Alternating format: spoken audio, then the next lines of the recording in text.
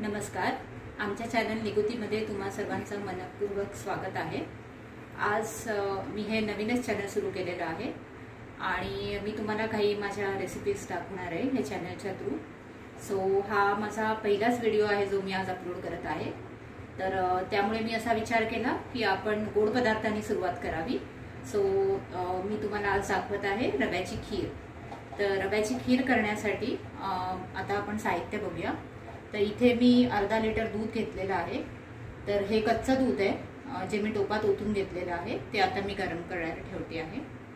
नंतर इथे आपण घेतलेला आहे अर्धा वाटी रवा. हा भाजलेला रवा आहे. मी आधीच ह्याला भाजून घेतलेला आहे त्यामुळे अर्धा वाटी रवा. पाऊण वाटी साखर घेतलेली आहे मी इथे. हे ड्रायफ्रुट्सचा पावडर केलेली आहे मी इथे. काजू बदाम पिस्ता असा मी मिक्सरमध्ये वाटून त्याला बारीक करून घेतलेला आहे. त्याचबरोबर मी इथे मनुके घेतलेले आहेत थोडेसे.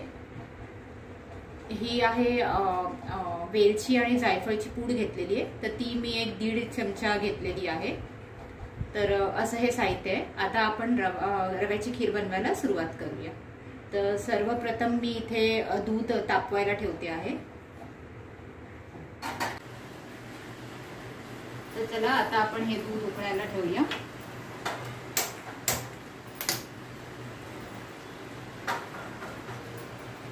हे दूध आता मी तापायला ठेवलेलं आहे. आपण बारीक गॅस करूनच ठेवूया, नाहीतर स्टीलच्या टोपात दूध उकळल्याने काय होतं की खालून ते जळतं. त्यामुळे बारीक गॅसवरतीच आपण हे तापत ठेवलेलं आहे. तर आता इथे तुम्ही बघू शकता की आपलं दूध उकळलेलं आहे. सो आता मी ह्याच्यात टाकणार आहे. सर्वात पहिले मी इथे टाकत आहे साखर.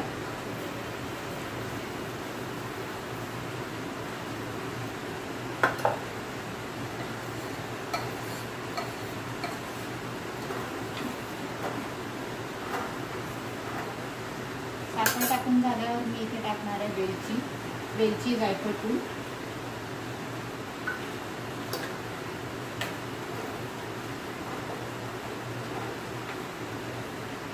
आणि ह्याला थोडा वेळ आपण परत उकळत ठेवूया, जेणेकरून वेलची जायफळचा सुगंध त्याच्यामध्ये व्यवस्थित मिक्स होईल आणि चांगला सुगंध यायला लागेल.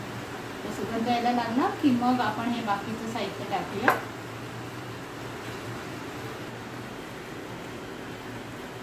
आता हे दूध एक 5 मिनिटं मी उकळू दिलेलं आहे, जेणेकरून एक सुंदर असा सुगंध पसरलेला आहे घरभर. तर आता मी ह्याच्यात टाकत आहे ड्रायफ्रुट्सची पावडर आणि मनुके.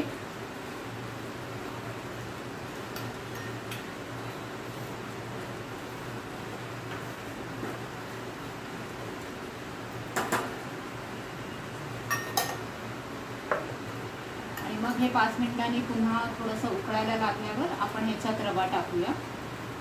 कारण उकळत्या दुधामध्ये रवा टाकल्याने रवा चांगला फुलतो आणि त्यामुळे खिरीला एक वेगळं टेक्स्चर येतं. प्लस बदाम बारीक केलेले आहेत ड्रायफ्रुट्सच्या पावडरमध्ये.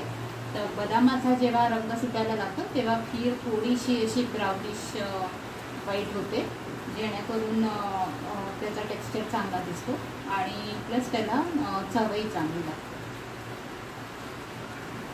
फास्ट केलेला आहे. आणि आता मी ह्याच्यात टाकणार आहे रवा.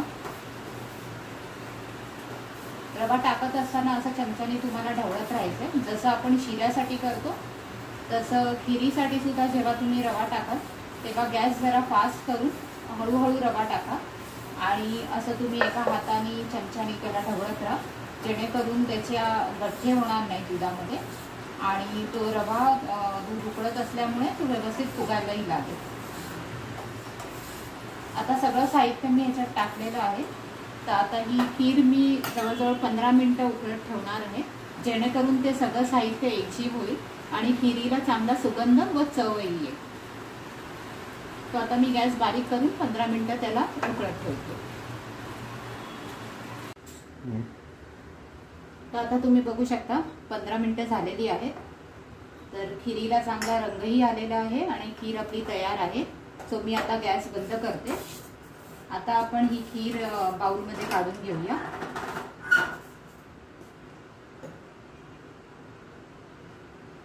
तुम्ही बघू शकता की खीर एकदम फ्री फ्लोईंग आहे, प्लस त्याला रंगही चांगला आलेला आहे आणि त्याचा खूप सुंदर सुगंधही येत आहे। आणि जसं मी म्हटलं तुम्हाला की बदामामुळे त्याला एक थोडासा हलकासा ब्राउनिश कलर येतो। सो ही आपली खीर तयार आहे। आता तुम्ही ही खाऊ शकता।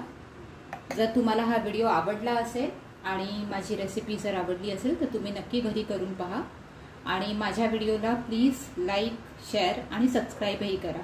नमस्कार, थँक्यू।